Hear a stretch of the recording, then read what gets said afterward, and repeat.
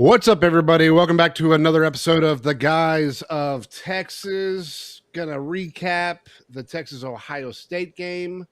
First, want to thank a couple people. Fieldhouse number one. We had a great time out there last weekend.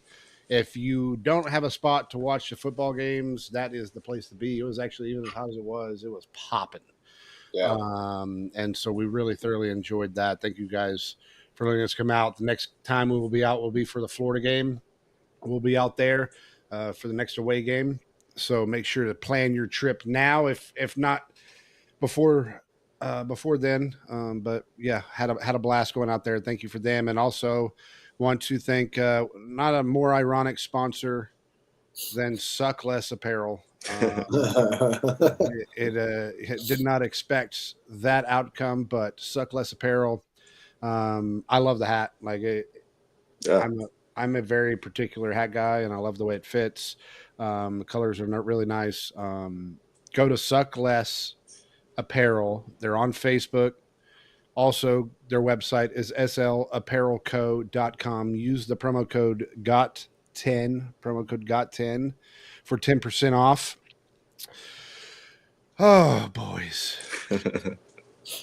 Rough, man. I didn't want to feel like this on a Sunday morning, man. Yeah, dude. Let me tell you, alcohol sales went up after that game. Yeah. Hangover, literally and figuratively. It was a rough morning. It is.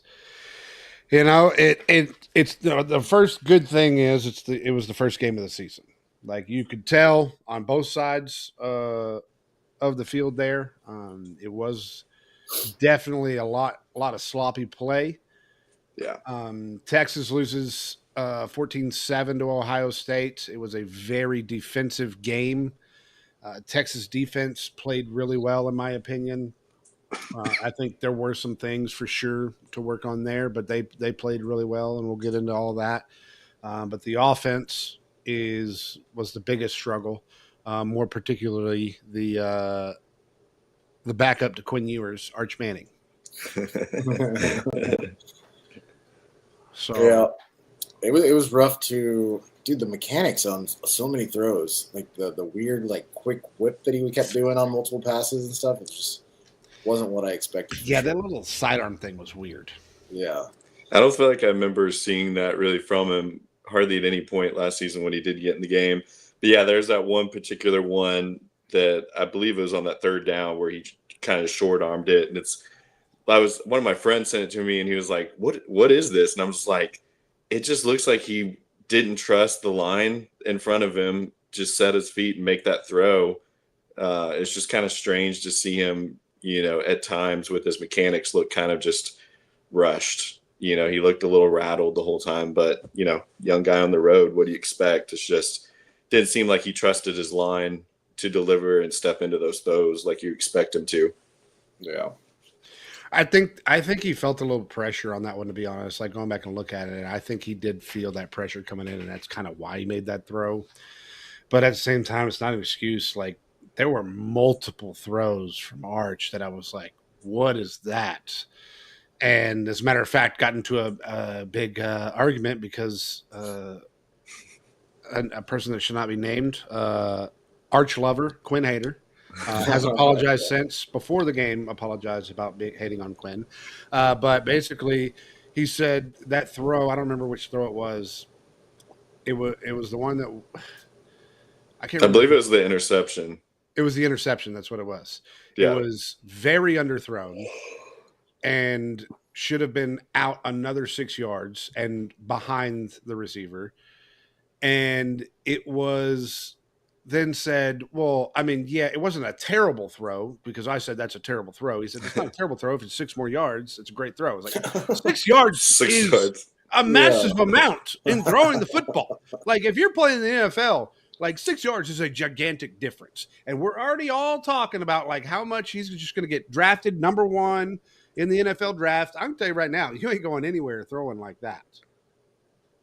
Yeah, for sure. I mean, it's one of those things, I didn't want it to be the case, but we all kind of felt it. It was a premature appointment of this guy being the savior of Texas, and it's like he's going to make mistakes because even something like that, I don't know if you saw Fox Sports posted on that interception play where they were like, was this really Arch's fault or was this a bad route by the wide receiver? Oh, and I'm like, dude. if that was anybody, if that was Quinn or anybody, other quarterback, they're going to say it's a bad throw at the end of the day. He should have put it on the sideline where only his guy can get it, and he left it in the middle of the field. But it's just crazy, man. The pressure on him is unreal, and luckily he's got 3 weeks now to kind of get his feet underneath him, because we're not going to see another defense like Ohio State for a long while. No. So I truly believe that Ohio State does have one of the best defenses in the country. We were able to move the ball a little bit on the ground, though. I don't feel like the rushing attack was bad. I don't feel like the offensive line was bad. It's just we couldn't find a rhythm in the passing game was the main thing for us. I agree, and I'm going to go ahead and get on my soapbox here for a minute. I know Jono's on the same boat as this. Seth is similar, but we have wished this pretty hot here, okay? So for all of you haters last year, now Seth was on board, so I'm not saying that he's saying that he wants. I have no idea what this Here we go. Let's just settle in here, boys, okay? For all you people last year, game after game after game, continually chanting, "Put Arch in. He's going to be our savior." Georgia comes around. You forgot that he played in Georgia and he got right back out of there because he couldn't move the ball. Like there were multiple times where Quinn had the opportunity. And then everyone wanted to say, oh, well, Arch is going to be the savior. Well, no, he wasn't. Now, he needs the experience. We all agree on that. But you put him in any of the situations, all y'all in all the group chats, I've got receipts. I could go back and look. We can go back in all these group chats and say, you should have put Arch in there. Should have put Arch in there. It's just not the case. And hopefully you all went to church this morning and apologized and asked for forgiveness for what you did to Quinn. Because everyone needs to be giving Quinn all the apologies because he got so much hell because you guys are just like Cowboys fans. Coming from a Cowboy fan, don't worry. I argue on both sides of this here. Okay? You guys are just like Cowboys fans. The second anything gets tough and you're like, oh, no, we're not going to win a game, put somebody else in. Well, guess what? You don't have another name right now to say put that person in. We do, but not what the prodigy is. Right. So I need everyone to just settle down. Arch will be fine, but we need to settle down here a little bit. We're getting way too in over the head of all this. I mean, this Arch is the greatest quarterback of all time in history. Stop it. I'm with you, man. Yeah. I mean, I'm with you, man, 100%. Like, it's just one of those things with him where I'm like, we had a feeling this might be the case. We talked about this last week. It was like, dude, we're not really ready to appoint this guy the savior. Like, he hasn't proved anything yet. And I know all of us were on board last year with Quinn was the guy. It's just there was no question in any of our minds. But if you went to a game, 90,000 plus fans disagreed with us and we're calling for Arch. So, yeah, Quinn Ewers, I feel like has got to be like, I mean, somebody's got to take the blame now, and Quinn isn't there to take that fall anymore. So now where does it go? People aren't going to touch the golden child Arch. I know. So now Sark is going to start getting the heat for this kind of stuff this year. If the offense struggles like this consistently for the next couple of games against teams that we should dominate, that finger is going to start getting pointed at Sark real quick, which I don't want to be the case. And I'm not Debbie Downer here. I waited 8 months for Texas football, and I got highly disappointed yesterday. So I was like a couple times yesterday. I was like, let me get a little disappointed here and, wear my emotions on my sleeves. But that being said, dude, this team's still so talented, and we saw it, and I still have full faith in this team going forward. But it's just an interesting dynamic now with Quinn not being the fall guy anymore. Yeah, it was interesting. Like we talked about it beforehand about like both of them being young and being the starters for the first time, like they're true starters or whatever. I was really shocked at how well Sayan played throughout the game. Not that he was all conference, but he was just like, he did his job well. Like he made good passes. He wasn't putting the team in jeopardy. So I definitely thought the scripts were going to be flipped on that. I thought he was going to have a little bit harder time for his first start, and that the experience that Arch had already had was going to make him elevate his game a little bit more. So I was really surprised by that. So we kind of brought it up a little bit, but let's kind of segue into that. Perfect segue. The blame's going to get put on Sark, as we talked about. So we can have a little overreaction a little bit. Okay, what's said here, we're not carrying over to next week. All right, but let's kind of let all of our emotions out for what we feel about Sark and the game plan he had against Ohio State. Who wants to start? It's a safe spot here. Okay, boys. Oh, P.S. I was gonna say I saw you getting a little sassy on TikTok comments. Oh yeah, dude. Like, well, I'm gonna do that no matter what. Like, those guys are gonna come in here and be like, "Oh, bold prediction." Like, "Oh, bold time to come in after the game and say something. You didn't comment on it after or before the game, did you?" "Oh, well, I didn't see this." I don't care. Go take a hike, Ohio State fan. Don't worry, there's another Ohio State fan. I haven't seen him come in here, but just wait. I still got something for him too. Right, Mark? Right, Mark? Shut up, Mark. No, I mean, I think that Sark called a vanilla game plan all day, and it was very frustrating for me to watch because I feel like there was not like any kind of razzle dazzle motion like we got used to seeing, play action. I just felt like it was very like vanilla offense, and I don't know if that was, Ohio State was covering up what Sark was wanting to do, and he was having to pivot. And there was different situations where I was frustrated because I feel like Sark wasn't doing the right things to get the offense in a groove. And I know y'all might have different opinions on it, but the fourth down play, I'm just not a fan of, and maybe there's a clip of me saying this somewhere in the past couple of years, but I'm just not a fan of a quarterback sneak. I feel like I have PTSD from Colt McCoy that anytime a quarterback rushes up the middle, I'm just like, I don't know, dude. I just feel like you're going to get a stinger. I just feel like that's not the best choice, but we were calling for it all last year with Arch being able to be more mobile and rushing the ball. So I get it. But at the same time, I'm not a fan of that fourth down call inside the 5. While I agree with you, that did come up yesterday. The second you guys were like, "Why are we doing that on fourth down?" I said, "Well, boys, you guys wanted us to run the ball at the Cotton Bowl at the end of the game last year, and we did this play and it ended up in a touchdown for Ohio State." Yeah. So the game plan changed. Now, do I think it's the right call still? No. I think Baxter had run the ball well enough to where he could hammer through there. Baxter was late on the push. Like, I mean, he'd already been stopped by the time Baxter got there, and it was just not happening. But, I mean, you got to look at both sides of it. At the end of the Cotton Bowl, we're all screaming, "Why did he run that play? Why did he get all cutesy?" This is as non-cutesy as you can get as a QB sneak. Yeah. So while I understand both sides of the ball, though, we got to call it like it is. At the end of it, that's what we did. So I do agree Baxter should have been running the ball there. But yeah, but as far as Sark goes for the rest of it, I think I saw one reverse and everything else was just the blandest play call. Like we all podcasts last week were like, "Oh, Sark's like Jim the magician. Like he's going to come up with all these different elaborate plays." That was the softest game I have seen him call in a long time. Like, and it just got to a point where it was like there was only a couple deep balls thrown out there. Now, some of it, I don't know if it's the fact that our receivers are not what we thought they were. They were not getting separation. Like it was. Now, don't get me wrong. Ohio State has a great defense, but at the same time, that don't matter. Like these guys should be able to get separation with using the schemes and routes that we are known to run. Yeah. Like we shouldn't be having to use a bunch of trick plays to be able to get these guys open.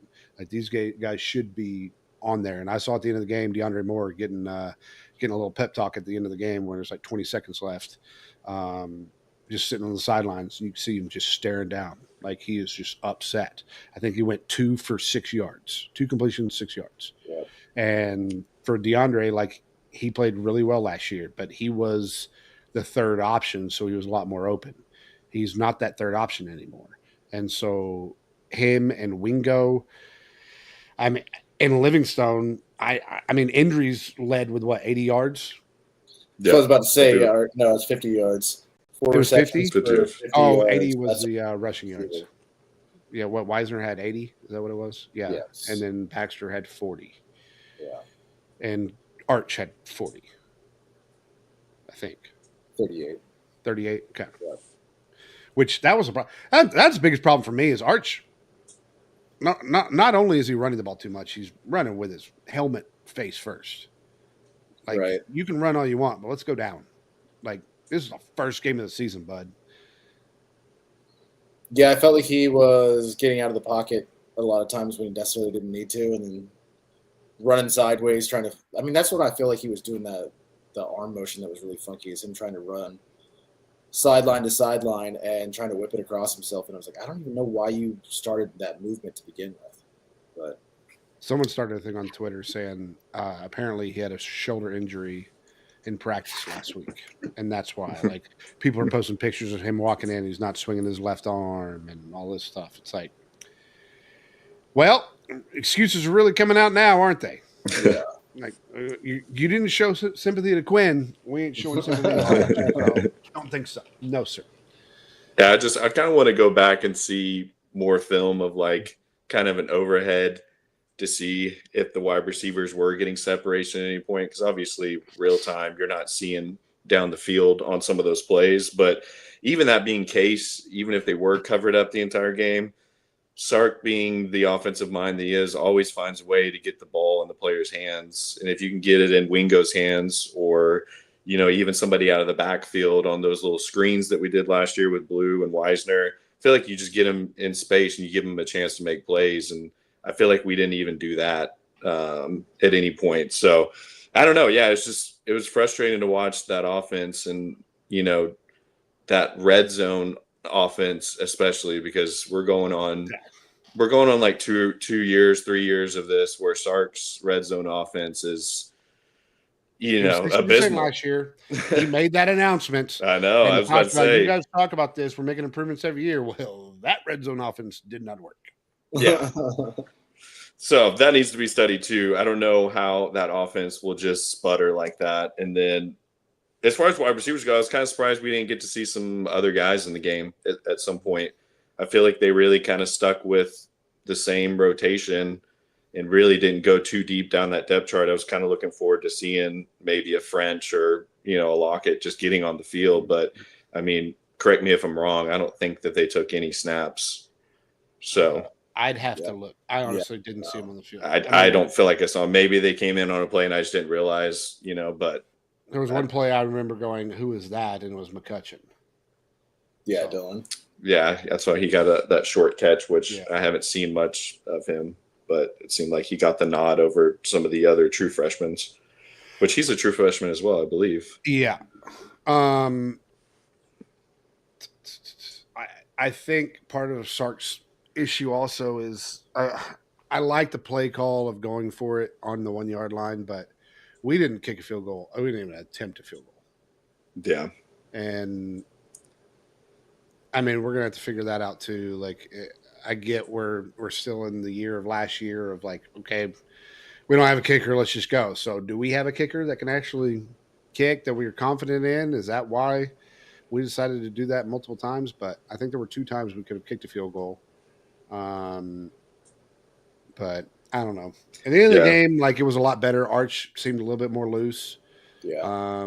I did not expect to be able to have an opportunity with 2 minutes left where that was to actually tie the game. That was really, really fun. But I don't know. A loss sucks. Yes, it's miserable because you got to hear about it from especially Ohio State fans who forget that they still lose every year to Michigan. Like this happens. So I am in the opportunity of Sark will get the team ready. I think it's a great wake-up call for everybody. I think they've got enough leaders in there to be able to turn this into a positive and really go work hard. I mean, next week is not going to be fun for the other team. I can tell you that right now. Yeah. We could win by 100 tomorrow next week. I mean, as frustrating as it was, like waking up this morning, I was really bummed and really like – yeah, just bummed, and went back and rewatched the game, and it wasn't nearly as bad. Like, yeah, the offense dialing in Arch is the big thing that everyone's talking about. It needs to be addressed, but like outside of like our defense played really well. Right, limiting them to 14 points for the entire game, and like just back and forth battles, the amount of like 3 and outs and things like that happened in the game. Our defense performed really well. Young players, Grayson McCutcheon, is that Grayson Littleton? Littleton. That dude. He was the Fresh highest. son. He was the highest rated player for the game. Yeah. Freaking Yeah, covering Smith most of the game and Yep. shutting him down. Like, it was really impressive. Which, speaking of, I mean, they lose the game. They're crucifying Jeremiah Smith for not being able to catch a football. I mean, this guy's supposed to be number one in the country as a wide receiver.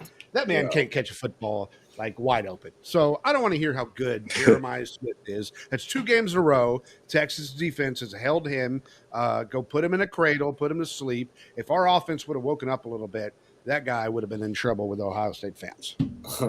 I'm just saying, that's to cover up. The only reason that's not coming up right now is because Texas lost. Right. For sure. Yeah, some of It those was drops a were blast. super surprising. And then he, switched gloves out, like you said. But a couple of those too, man, our DBs were just all over him too. Oh, yeah. And they were not letting him. They were like, if you're going to call the flag, but I'm going to be draped all over him, which that's what you have to do with a dude like that. But it was super surprising seeing those drops out of him. Yeah. Yeah, that one play, though, with Tate caught the touchdown, Gilbo got burned, boy.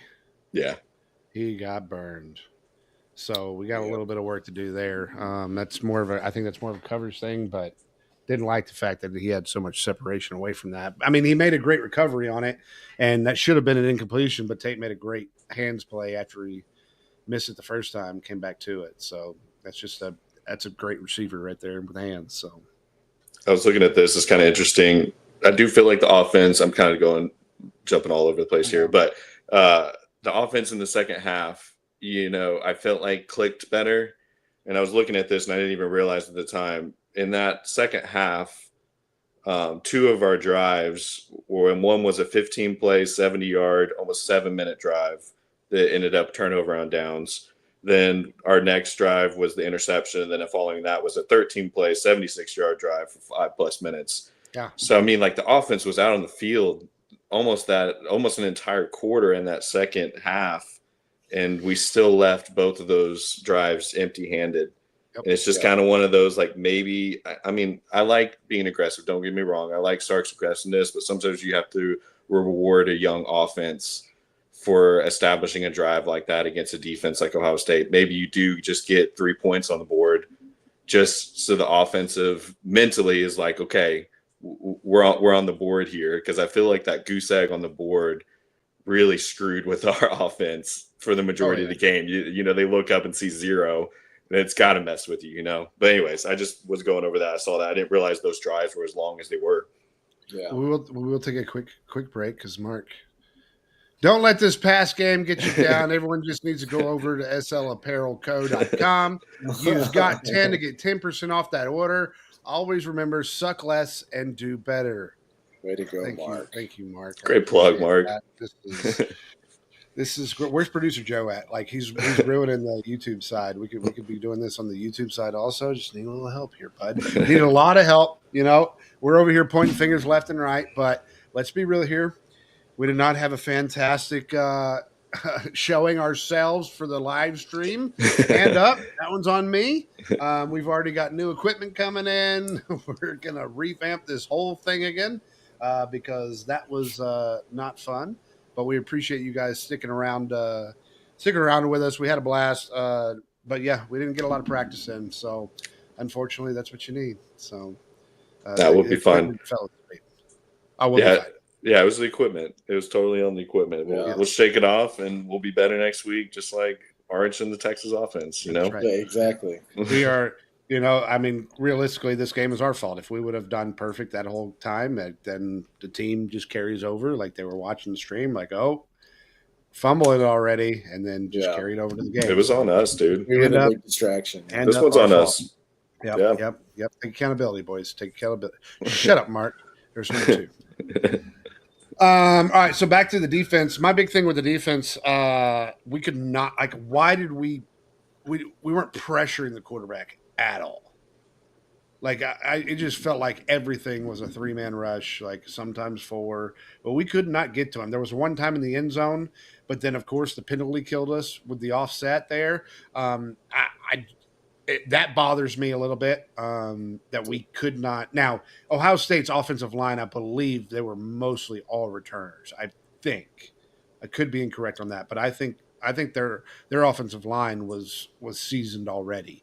I So believe so, yeah. that's one factor. However, with what we have, Colin Simmons, Anthony Hill, like the fact that we're not getting back there with those guys. LaFau played really, really well. I was impressed with him, but overall, I mean, I guess PK is just trying to figure out what he's got, and then tried to play a little conservatively, make sure he didn't get beat by Jeremiah Smith. But I felt like with a new quarterback, you got to give him a little pressure there. Yeah, it was surprising how much time it felt like he was sitting back there with a clean pocket, just getting to survey the field and pick his spots. It was a weird move because, I mean, that's been the anticipation for our defense all year. It's just like people won't shut up about Colin Simmons and Ant Hill, and you barely saw that happen in the game.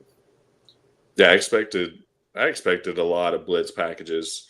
I felt like it was going to be one of those game plans where we're not going to get beat on the ground, and if we're going to get beat, it's going to be saying throwing a beautiful ball on a one-on-one coverage. That's what I thought the game plan was going to be, but they really set back and kind of let him have time, you know. But that being said, if you look at Ohio State's stats, you're thinking no way Ohio State won the game. Oh, yeah. I mean, under 130 yards passing.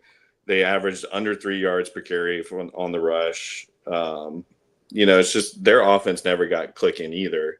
Outside of maybe, you know, the one explosive play that they had with Tate where he got burned. Outside of that, I mean, I think their longest play was like 7 or 8 yards. Yep.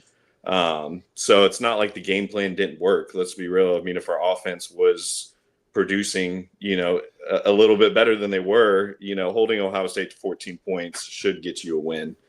But yeah, no, I agree with you. It was a shock to see there only being one sack on both sides of the ball. Ohio State only getting one sack and then us having no sacks in the game. I did not see that coming with two inexperienced quarterbacks. I could for sure thought, you know, there'd be a handful on both sides.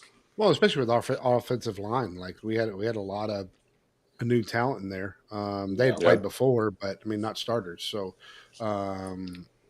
like the fact that our offensive line was able to hold that with this defense, I mean, that's promising, to be honest. Like Quinn had, or I got to switch over. Arch had enough time to in the pocket. I mean, to be honest, like. Old Mississippi fan over here saying, no, if Quinn was in the game, he'd have 4 sacks. Get out of here, dude. All right. Go watch your potato in the NFL. Like, no. Did y'all see that video that was going viral of I forget who it was on UT. It looked like he was on ice skates getting pushed around on the field. Oh, yeah, dude. That sucks. That sucks. Like, it looks like he forgot to put on cleats. Yeah, exactly. That was crazy. Just sledded across. Man, I can't believe Virginia Tech has 4 scores against South Carolina. Unfortunately, it's only 11 points out of that, but 24-11 with 6 minutes left. South Carolina not looking as great as we thought either. So, happened a lot around. Penalties. Yeah. The penalties is what killed us on defense. Frustrating. How are we going to have an SEC officiating crew and not get a little help? Like, what is this? Yeah. Yeah, I definitely expected some more. I mean, it was what was it, like six penalties to 2 penalties or something like that. Yeah. I'm like, yeah, they didn't get their first penalty till like the second half. Yeah, the hands to the face, man. Yeah, that one was frustrating, bro. Multiple times on that, especially on that where they held in the end zone where we should have had the 2 points. That breaks you. You know, that's a tough call. Throw us a bone here, SEC refs. Yeah, but then Ohio State fans are like, oh, I got a message. Oh, I'm so glad they gave you that touchdown. That was a 50-50. If that shouldn't have been a touchdown. Like, go take a hike, dude. No, let me just check. No, that's incorrect. It was a touchdown because that's what they called it. They said it stands. No, it didn't say confirmed. It said stands. Don't really care. That's a touchdown. So take a hike. I guess that was our one. No, it was a touchdown. I didn't see it. It was a touchdown. I mean, I call it how I see it for the most part, but that one was not. I mean, honestly, I don't think it was overturnable whatsoever. So, dude, I still got so much pain thinking about that third down throw. from Arch, Dude. where it was just Wide open. if he could have got Wingo right there. Wingo is in space. We know what Yeah. Wingo can do in space. That play right there was probably a minimum of 13, 14 yards that he had to turn up the sideline there. And that throw just being that far behind him is just I've watched that one play a handful of times. Is just painful that we weren't able to get him the ball. Yeah. Let's see here. So running back wise, let's talk about that real quick. So Wisner 80 yards, Baxter 40 yards. Both of them looked good. Baxter even like number one had a great pass protection block that I saw, but he had a cut that I was like, oh, I guess that knee's fine because that would hurt a lot if that knee was not good. So Baxter looked pretty good to me, to be honest. Wisner, I think, did well. I don't know. He just felt more explosive last year, and I'm sure it's. I don't know. I felt like he was just running into and not trying to make plays like he used to last year. I mean, but overall, I mean, he still had 80 yards rushing. Like he played well. I'm just, I don't know. Like I guess people were saying that Baxter was in more, but no, like he only had, Baxter didn't have that many carries. I think he had half the carries of Wisner. Yeah, it was 16 to 10. Wisner had 16. Baxter had 10, which kind of expected that to be the case. I mean, I get what you're saying for sure, but if you look at the stat line on it, 37 rushes, 166 yards, 4.5 yards per carry. I mean, it's not a bad stat line for a running back group on the road versus an Ohio State team. But I get what you're saying. There was very few like explosive plays outside of 10 yards. They did a good job hammering it inside for 3 or 4 yards at a time, but we did kind of miss any kind of explosive plays from them yesterday that would have taken some pressure off of Arch if we could have established a little bit more on the ground. So, yeah, I was pleasantly surprised by Baxter. I mean, I know everybody's been talking about it during preseason and everything about is he going to be full go and all that type of thing, but actually getting to see him in game and they weren't just using him like as a specific situational type back. Like it seemed like he was completely full go, and it was good to see. Yeah, there were a couple points where he was pushing the pile. Like I was excited to see that. Like he was there. I think he will be perfectly fine. I mean, we got 3 weeks of non-conference play to get ready for Florida. Again, at the end of the day, this is one loss. Yeah, sure, it's a pretty big blip on the radar, but I mean, we didn't lose the UTSA, which somebody almost did for a little while. But I mean, I'm perfectly okay with where we're at. Like we understand, we knew we would possibly be at this point. We've got 3 games to get ready now. I have full confidence still from what I had last week. I don't vary from that whatsoever. Just because this game did not go as planned. Again, we talked about that. No one knew really what was going to happen in that game last. And people can sit there and say, "Oh no, we knew it'd be a defensive battle the whole time." Like, no, shut up. Like you have no idea. You had no idea what was going to happen. So, Corso got his last victory with the headgear. Good for him. I mean, the script was already written for us, anyways. We were destined to lose that game because of Corso. So. But yeah, no, I enjoy the path that we're on. The defense looks stellar.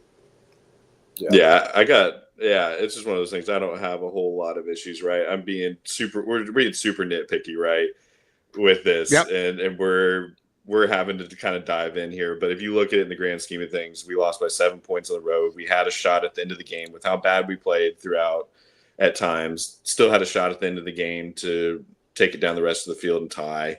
I mean, you can't be too disappointed, right? There was some bright spots for sure, and the defense was for sure one of them. And that defense, I fully believe, will keep us in any game throughout the entire year. Yeah. All right. So, anything else on the game that we want to discuss? No, I mean, I think that covers it pretty well. It's okay. Rough, but optimistic for the future. So now we will move on to a new segment, boys. We've got a new segment First one, it's the Longhorn Runway. Okay, so here we go. We ready? Don't Let's worry, see we got presentation here. We're not just doing Sark here. Okay, because we've got people. All right, it. here we go. Oh, Longhorn Runway. Oh yeah, number 1, McConaughey. Classic. It's classy guy. Pearl snap, feather in the hat. Like this guy can't not look good, to be honest. Like, I hate it sometimes, but I'm about it. Enjoy the fit, right colors. Clean. Let's I'm go. a fan. Here's an iffy one. We got Glenn Powell. What are we wearing? This appears to be a jersey, but also a Wrangler snap shirt. It was it I was saw that the girl. video. Yeah, it was that girl from the 49ers.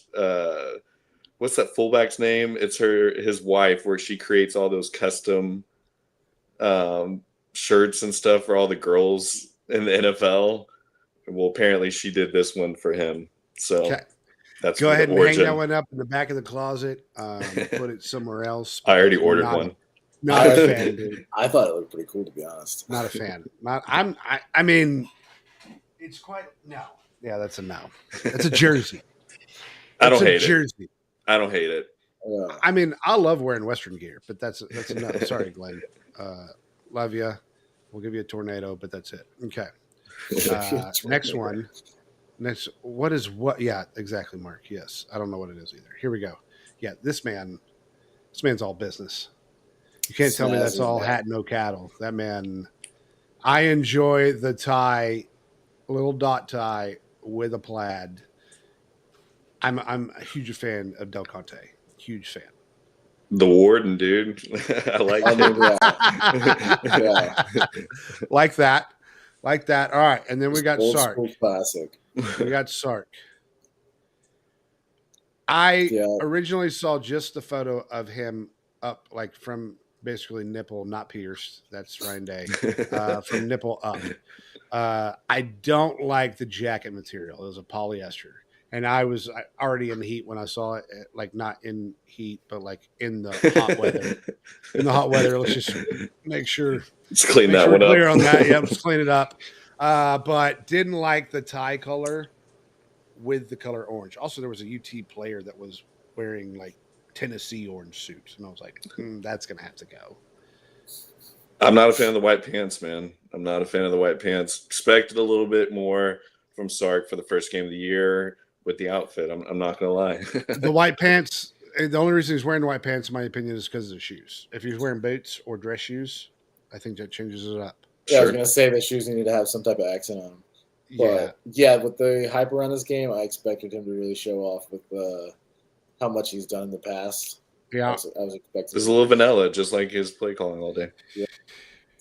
One more little shot in there. there's a Sorry, little sorry. Shot fire. No, look at Circle of Trust still. Okay, right after this. All right, we're good.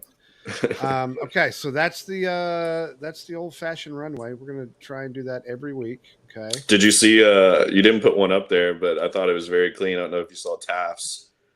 I did see Taft, but it was like, It was a real clean cut. I mean, it looked like he had like class that day, like at a boarding school. Like it did look clean. It did look But clean. like he's. Little prep school action. I need him to have some like facial hair or something. He looks still Baby too much like a face. kid. Yeah, he's got a baby face. All right, so now that was the Sark runway or the Longhorn runway. We'll figure out that. We'll work on it. Okay, we're brainstorming here. Now we're going to move on to the horniest horn of the game. Who was the horniest for you in this football game? I think you gotta explain to people what you mean by. I think that's all you really need, right? I mean, yeah, who's the horniest there? Just so everyone knows. It's gonna be an awkward segment after somebody gets charges put on for something. We didn't say Called Isaiah it. Bond. Calm down, okay? This is not that. No, this is the who represented the horns the best for the week. We'll say it that way, or the horniest, whichever one. Okay, Okay, so who you got? I'm gonna go LaFau. I thought he was just the most solid piece in that defense the other day or yesterday. Like it wasn't flashy, it wasn't crazy, but he just seemed like rock solid, doing his job. And like he's been there for what 3 seasons now, and that he is that guy now. So he's my guy. I'm gonna give it to CJ Baxter. Welcome back, CJ. Yep. Played with grit, toughness, pushed that knee way harder than I thought he would. So I'll give it to old CJ. Look at when choosing the horniest, there's nothing better than a nice mustache. Also, Bowmeister. That's who we're going with. Oh yeah, Yeah, horniest Longhorn. Great job. Not Not gonna give him any opportunities with that, so we'll give him the horniest. Give him one. Here, right?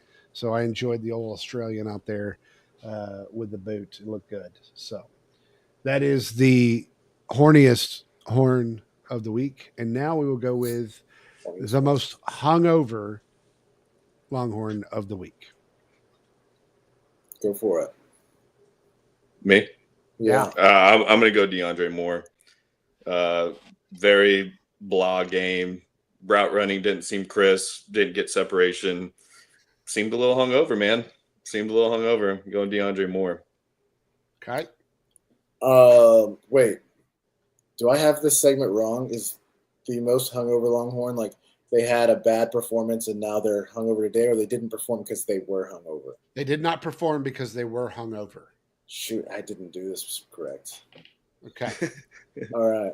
Well, I'm going to go with my interpretation for this week, and Okay, next week we'll do it. And mine's kind of a caveat thing because I picked Paul Feinbaum. He is having the worst game ever after all of his big talk and all the things he's been saying, and he is just getting roasted all over the internet. So he's not a real Longhorn, but I'm going to give him the tip for it. Okay. I like that. I'm going to go with there's been a couple, and I'm trying to figure out how to phrase this because to be hungover, it means you're not showing up. And to me, that was the Quinn haters. The Quinn haters didn't show up with the same energy that they showed up with for Arch. So to me, the most hungover are the ones that are like, oh, what mistake did we make last year in saying we need to get this guy out of here and put Arch in? Okay, just say who your real pick is. No, say his name. No. That's just in general. Nope. That's an in general comment. I'm not specifically choosing anyone that's named Zach. I'm just saying, like, in general, the shoe fits. The shoe fits. Yes. So, yeah, that's my most hungover horn of the game. So now let's recap the score predictions. If you guys want to talk a little bit of any of the games y'all had, score prediction wise, I went 3-0. Sorry, I went 0-3. I was the most hungover. I was about to say, can you put yourself as that? Yeah, I did. I'm on there, hungover. Clemson over LSU loss. Alabama minus 13.5 over Florida State loss. A&M last second loss minus 22.5 over UTSA. UTSA decides to ruin everything and score a touchdown right at the end. That game was fun to watch for quite a while. Me and John were over here just how about the Roadrunners? Giving the birds. Okay. Yeah, what did you think of it, dude?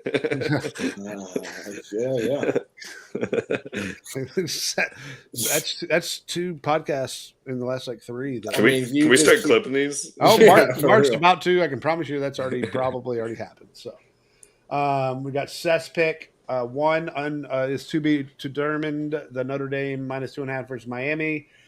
Georgia Tech finally pulled it out over Colorado. That game was very close for a while. Huskers minus 5.5 versus Cincinnati, a loss. They won by 3. Jono's picks, Baylor over Auburn. That was a loss. You had Marshall to cover. I snuck it out, dude. That was a squeaker. I snuck it out, dude. Guy's a fan of plane crashes. And then yikes. South Carolina minus 7.5 is still to be determined. It's live right now. Yeah, we'll see. It's close. And then it's what, 24-11 now? They got the ball, so we'll see. It appears. I mean, we'll just go ahead and give you the win right now. There's no way they could lose that one. Yeah, totally no way. No way. Don't you jinx me. What are any other game? LSU Clemson game was fun to watch. LSU played really well in the second half. We did. Welcome Dude, back, it's Phil another- Perkins. Yeah, for sure. Freaking monsters. One of those two, man. Is LSU's defense that legit? Klubnik and Clemson's offense did not live up to that hype that people were giving them to start the season. So I'm kind of curious to see if Clemson's offense is as good as people were thinking it's going to be, or if that LSU defense is legitimately one of the elite. Yeah. Dude, freaking Alabama. If y'all too, I mean, I know y'all saw what happened in the game, but dude, they are melting down right now. Yeah, they're about to bury. Actually, I saw my Alabama buddy posted something. I just saw it and I like glanced over it, getting ready for the podcast. But they're putting out like obituaries. Yeah. Well, here goes. Been a really long time since Alabama opened the season with a loss, but I've been there for many of them. Made it through bad seasons. Watch heartbreaking loss. There's a lot of laughter filling the air after last night. I get it. I 100% understand. Yeah, I mean, they're writing obituaries out of here. Holy smokes! Like, They don't know how to yeah. lose, man. We talked I about know. this. Like if they take one loss, it feels off to them. And now it's like, dude, this season may be a handful of losses because they looked bad. Yep. Real bad. Yeah, they looked bad. Or is Florida State back? I mean, Florida State looked all right. I'm not saying that's. I mean, Bama Miami looked bad. Miami Bama looked loses today. I mean, they're in the running for sure. Yeah. I mean, the defense did look very good for them. I mean, their offense was really a one-man, pony with Castellanos, I believe is how you say his name, but the transfer that came in. I mean, he led them in rushing and obviously was the main quarterback with passing. So it'll be interesting to see. I don't know, man. I'm not drinking that Kool-Aid with Florida State being back. I think Alabama may actually be that bad. Yeah. We got to get away from this whole Monday night stuff. Like, there's no reason for us to have Monday night games. Like TCU, UNC. Why? Like, what do we? I think it's just a holiday. I mean, I get It's got to be right. Come on. All right. Yep. That one's locked up. 24-11. All right. There's another win. Let's go. We're putting that one on the board. Outside of that, the rest of the games through the day kind of went as expected. Kansas State really struggled again, which was kind of interesting. Barely squeaked by North Dakota there at the very end. So that was kind of surprising to see that. But outside of that, in the top 25, everybody pretty much did what you would expect them to, but all of them played cupcakes. So yeah, and we talked about this on the podcast on Saturday. I don't know if anybody actually heard or not, but the fact that Jackson Arnold actually may be okay, and the fact that Oklahoma may suck that bad, that could be a possibility. Like, I mean, sure, Arnold was more using his legs than throwing the ball, but at the same, and I know he's playing the Big 12, but I mean, Oklahoma could be that bad. I mean, yeah, it's not going to work out for Arnold if that's the only move he's got for the season. But yeah, I'm really excited to watch Oklahoma play Michigan next week. I think that's going to be real fun, and I hope I'd be eating it up, dude, if they go down week 2. Sellers is acting like he just won a championship. Holy shit. Is he? He's running around jumping, high-fiving, getting hyped. Like, bro, you played Virginia Tech. Like, let's calm down here.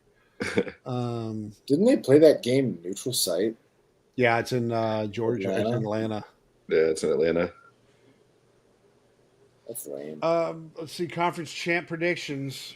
UNC hadn't played yet. Miami hadn't played yet. Clemson, 1 loss. Illinois, Penn State, both look okay. Baylor, loss. Tech, win. I saw Mark ask if anyone. I don't think anyone got a penalty for throwing tortillas, but also y'all weren't playing anybody important. So, I mean, maybe they test it out now, but. Yeah, I don't think I saw any tortillas. UTEP, Boise State, and Tulane. Boise State lost, and Tulane ended up. Yeah, Tulane dominated Northwestern, actually, which was surprising. I mean, I think it was like a 20-point game, but they held them to 3 points. I didn't see what UTEP did. Me and TJ were kind of talking about this, Seth. I don't know if you saw that late-night game last night with UCLA in Utah. No, I didn't. Dude, Nico which I'm not even going to attempt to say his last name. But Yeah. Nico looked absolutely horrible. Really? Oh yeah. Dude, he could not complete a pass. The stadium was half full. It just blows my mind that he passed up the opportunity of being with Tennessee for that money just to chase out at UCLA, because I don't see that team being worth anything. But I was watching that late last night. I was like, oh, dang, man. I don't know why. I can watch it. I was completely out of it last night. So, Yeah, noticed. Dude, Tim was trying to get me to call you because Tim was like, Seth didn't reply to anything you said. Yeah, I know. I was a little And I was like, worried too. And I was like, no. And he was like, I think you should call him. I think you should call him, dude. You haven't heard from him all day. Guys, I'm somewhere. I was like, TJ earlier that Brad and I, like everybody was over at Brad's house, like left or went to bed by like 8:30, and we just like grabbed a bunch of beers and got in the pool, and we didn't get out till like 1 o'clock in the morning. It was a rough time. That's funny. UTEP did lose to Utah State, so that's, Oof. Yeah, rough. Not the best opening week. No, one left. You boys got anything else? Nope. Now, as I would say, I'll save everything for next week. It's a pretty good week of football next week. Some pretty fun games. Yeah. I'm already looking forward to next Saturday, man. I'm looking forward to the home opener. I'm ready. Yep, I am as well. It's going to be a good time. The weather keeps fluctuating back and forth. Now it's back up to 91 degrees, and it'll be back down to like 83. Like, I need that cold front to hit. Yeah. Like, that's all I'm asking for. But no, we'll have a great time. Make sure you're following us on social medias. We're on Instagram. We're on TikTok. I think directly after every game, I'm going to go live on TikTok. You guys can talk whatever you want there. I'll do that a little bit after the games. So you can go to TikTok. We're on Twitter. If you're not subscribed yet, please subscribe to YouTube. It's free to do it. Tell your friends about it. Need to get the subscriptions up so we can continue to bring you more content over and over. So please continue to we appreciate you guys supporting. That's really bottom line. There's a lot of people that showed up to the tailgate on Saturday, and we had an absolute blast. We appreciate you joining. Until then, boys, we'll see you guys Thursday. Absolutely. Hook 'em horns, boys.